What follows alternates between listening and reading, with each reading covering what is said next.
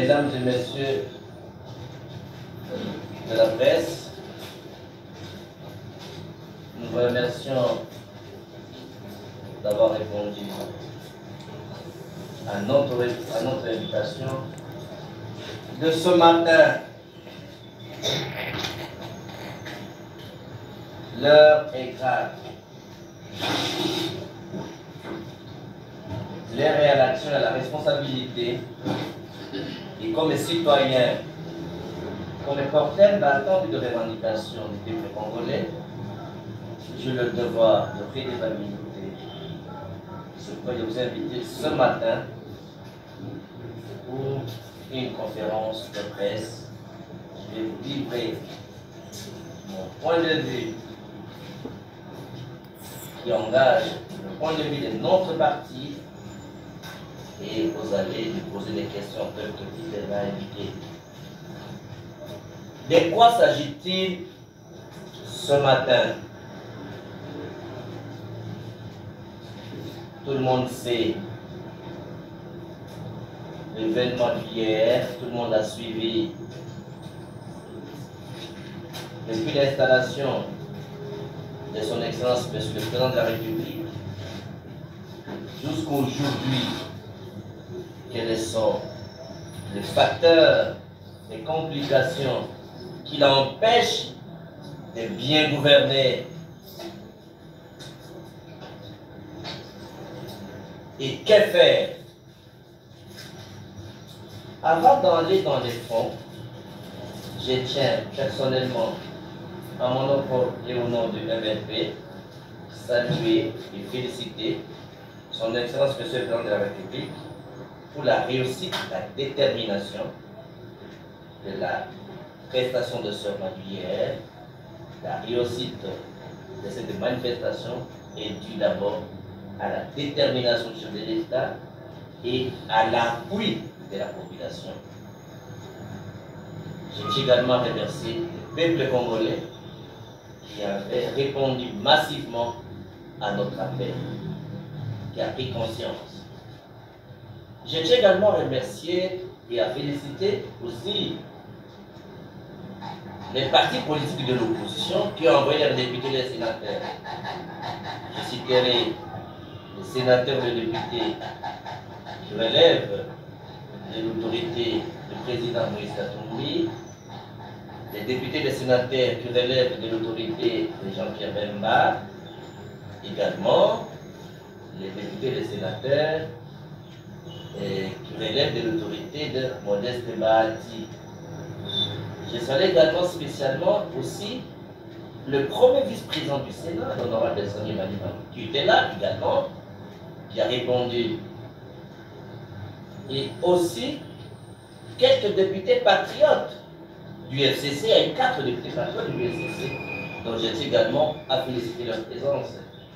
J'ai salué d'une manière particulière Jean-Timi Kogila, qui est le gouverneur de la ville de Kinshasa, qui est également là, sans oublier le ministre Pius Mabilou, qui a plus de 5 à 10 députés qui étaient là.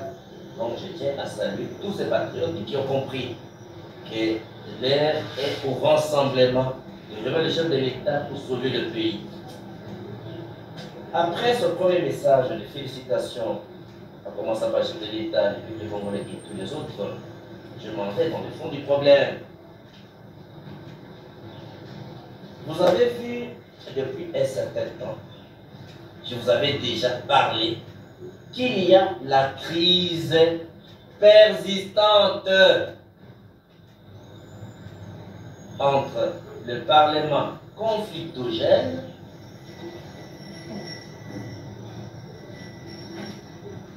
et l'exécutif, le gouvernement, y compris les acteurs de l'État. Et la réponse est dans l'article 148 de la Constitution. Pour votre information, pour vous rappeler, vous avez vu que l'Assemblée nationale, le Sénat, à travers le président du Sénat, Alexis Tambemamba, la présidente de l'Assemblée nationale, Jali Mabounda, et même le Premier ministre, les trois animateurs des institutions coalisent pour rivaliser le président de la République, qui est, bien entendu, le chef d'une institution. Ils s'inscrivent dans la logique du chaos, dans la théorie du chaos, dans la liquidation du Congo comme État et comme nation, dans l'accroissement de misère des peuples congolais. Est-ce que le chef de l'État va-t-il s'arrêter à la prestation de serment comme porteur d'accord de l'émancipation des citoyens? Nous avons demandé à son Excellence, M. le Président de la République, de ne pas se limiter à la prestation de serment seulement. Il doit continuer avec sa politique, sa détermination, jusqu'à déboulonner les systèmes de prédation, des dictatures que M. Kabila a installées dans notre pays. Ces régimes de terreur doivent être déboulonnés, comme le chef de l'État l'avait indiqué, à l'extérieur. Pour ce faire donc, parce qu'il y a des facteurs de blocage, et que d'une part, le Premier ministre, qui est le premier collaborateur du chef de l'État, est en rébellion contre le chef de l'État. Le président du Sénat et le président de l'Assemblée nationale, tous les trois, en coalition, sont en rébellion contre le chef de l'État.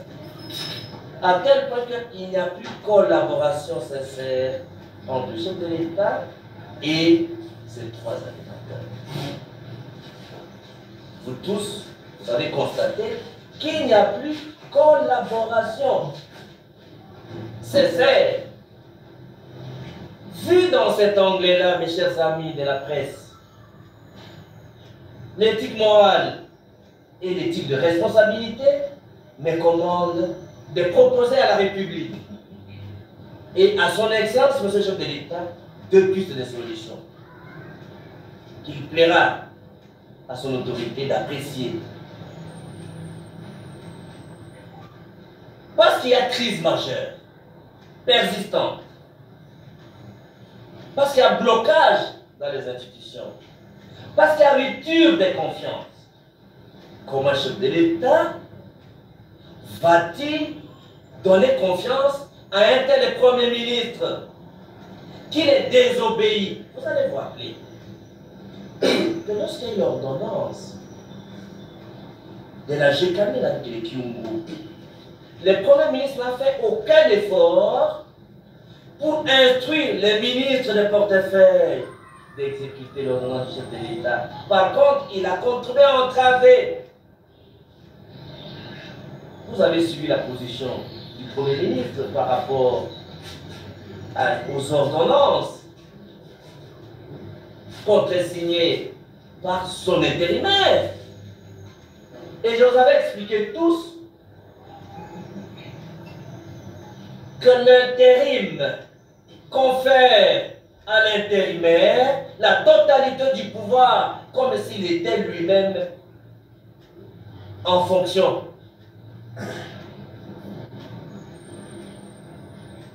Donc l'intérimaire a le plein pouvoir. Ça, je vous avais déjà expliqué. Et vous avez compris que le Premier ministre avait confondu l'intérimaire, l'intérim et la délégation du pouvoir. Nous avons clarifié ça. Vous venez de suivre également que le Conseil de ministres, qui est supérieur au Premier ministre, avait demandé au Premier ministre d'assister les protocoles d'État pour organiser la prestation de serment. Pas seulement qu'il n'était pas impliqué, mais lui-même et les ministres chargés des Relations avec le Parlement se sont rébellés contre les autres conseils des ministres. Ils n'ont pas été là. Est-ce que moralement le chef de l'État peut se sentir en sécurité avec un tel Premier ministre? Et la majorité des ministres, presque la quasi-totalité des ministres, avaient obéi au mot d'ordre de la famille politique que la décision de l'État. N'oubliez pas que le Conseil des ministres avait décidé de la prestation de serment. Mais ils ont désobéi la décision du Conseil des ministres. Ils ont obéi, mes chers amis de la presse, ils ont obéi au mot d'ordre privé de la coalition FCC. Ça met le pays en insécurité, ça met le chef de l'État en insécurité. Et les institutions bloquées. Allons-nous laisser le pays être bloqué?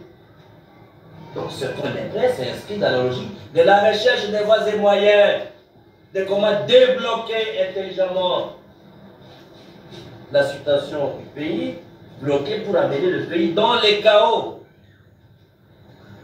Après avoir échoué lamentablement sur toutes les stratégies, l'FCC n'a plus de voie légale. Il ne leur reste que la rébellion armée. Donc là, tous les coups sont permis pour eux. Parce que toutes les voies de la légalité sont bloquées.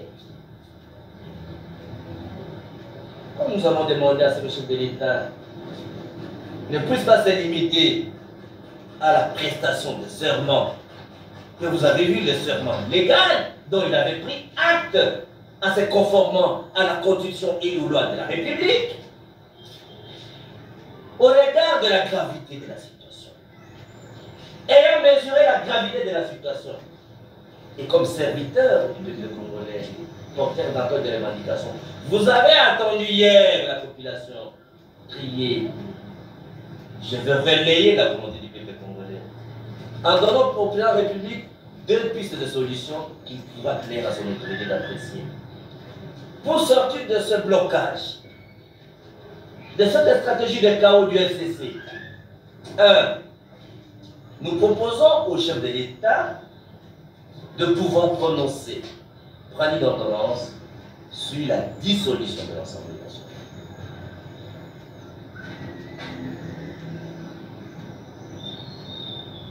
Si le président de la République trouve opportun de consulter encore les animateurs indélicats, parce qu'il les a déjà consultés, que les consultations antérieures tiennent liées des consultations avant dissolution.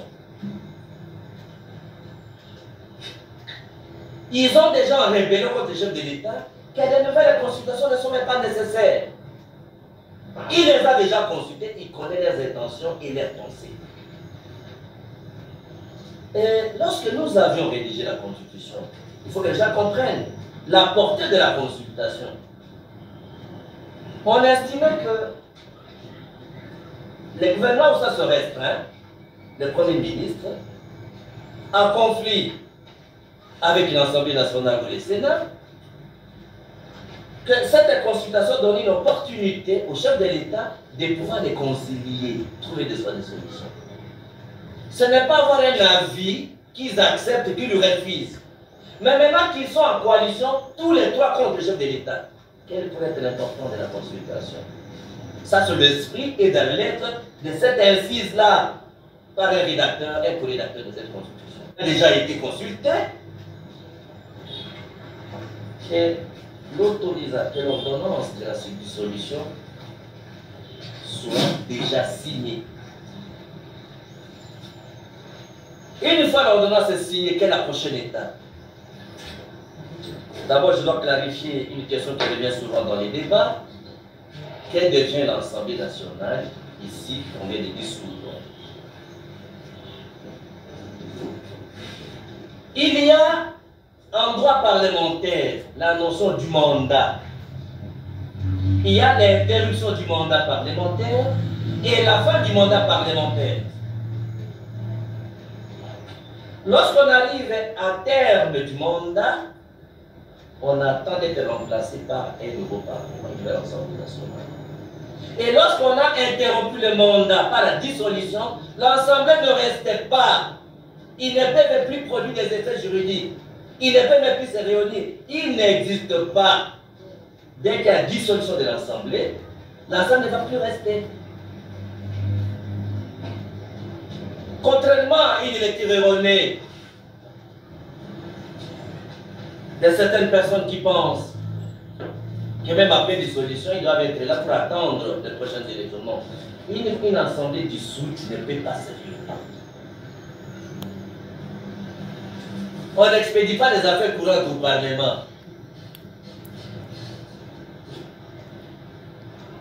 On ne va pas assumer l'intérim des députés à venir au Parlement,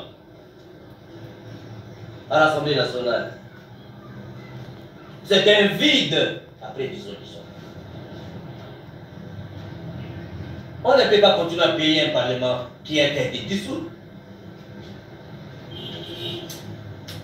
Quelle est la validité juridique des actes produits par un Parlement dissous? Ah. Alors, la Constitution exige qu'après dissolution, il faut 60 jours pour organiser les élections. Alors, il faut organiser les élections avec quel CENI? Comment les faire? Nous lançons, nous proposons ceci. Après la dissolution de l'Assemblée nationale, le plan de la République va confier l'organisation des élections au ministère de l'Intérieur, qui sera aidé par les Nations Unies. Une démarche doit être faite au niveau des Nations Unies pour que les Nations Unies, soit à travers une résolution, soit dans n'importe quel acte, puissent assister le Congo d'une manière à permettre à ce qu'il y ait élection dans 60 jours. S'il n'y a pas de force majeure et qu'il n'y a pas d'élection dans 70 jours, nous avons une jurisprudence déjà avec Irabila. Il y aura un arrêt de la Cour constitutionnelle qui va permettre d'augmenter, d'ajouter quelques jours jusqu'à ce qu'il y aura les élections. Mais dans l'entretemps, comment le pays sera géré? Après la dissolution du Parlement, et parce que le Premier ministre est indélicat, le gouvernement est indélicat, le président de la République va exiger au Premier ministre de tirer les conséquences de sa rébellion en rendant l'établier. S'il ne veut pas rendre l'établier, en tirant les conséquences de sa rébellion d'une manière permanente au chef de l'État, le chef de l'État comme garant de la nation, des bons fonctionnements des institutions, prendra sa responsabilité. Et le Premier ministre sera écarté parce que ce gouvernement va tomber, n'existera plus. Et à ce moment-là, il y aura un gouvernement des secrétaires généraux. Il faut écarter tous les politiques. Les secrétaires généraux de l'administration, que Kabila a nommé, ce n'est pas lui qui les a nommés. On va remettre la gouvernance du pays à l'administration. Les secrétaires généraux que Kabila lui-même a nommés. Les secrétaires généraux vont diriger le pays en attendant les prochaines élections. Alors, parce que nous avons une jurisprudence au Congo, à l'époque du maréchal Mobutu en 93, pour les jeunes, je ne vais pas parler de beaucoup de jeunes, en 93, on a été devant une telle crise et le maréchal Mobutu a écarté les politiciens de la gouvernance. Le maréchal Mobutu a nommé des secrétaires généraux comme chefs de gouvernement. Donc, aujourd'hui, normalement, si le chef de l'État approuve ou enrichit ou améliore cette proposition, ça veut dire que non, les secrétaires généraux vont faire la remise et reprise avec les ministres. Et à ce moment, les doyens des secrétaires généraux jouera le rôle de coordonnateur de l'action gouvernementale. Et c'est ce chef de l'administration-là, du ministère de l'Intérieur, que Kabila a nommé, qui vont organiser les élections avec les Nations Unies. Parce que pourquoi il n'y a pas de CENI? Vous allez poser la question, il y a la loi sur la CENI qui organise et qui vont organiser les élections. Est-ce que vous savez, mes chers amis de la presse, que depuis que le chef de l'État, la population a marché et le chef de l'État a rejeté, a refusé d'entériner la nomination de Malunda jusqu'aujourd'hui, Madame Mabunda, Janine Mabunda, l'honorable Mabunda, n'a pas encore contacté, ni verbalement, ni par écrit, jusqu'aujourd'hui, la composante confession religieuse dans la société civile pour désigner un autre membre. Donc, ils ont bloqué la désignation du président de la CENI. Donc, ils bloquent la justice, ils bloquent les chefs de l'État, ils bloquent les gouvernements, ils bloquent la justice. Voilà la théorie du chaos. Les Congo n'a qu'un seul ennemi, M. Kabila et le FCC. Peut-on comprendre, mes chers amis, que nos frères et sœurs qui sont du FCC puissent se trouver normal et logique que la désignation irrégulière de Malunda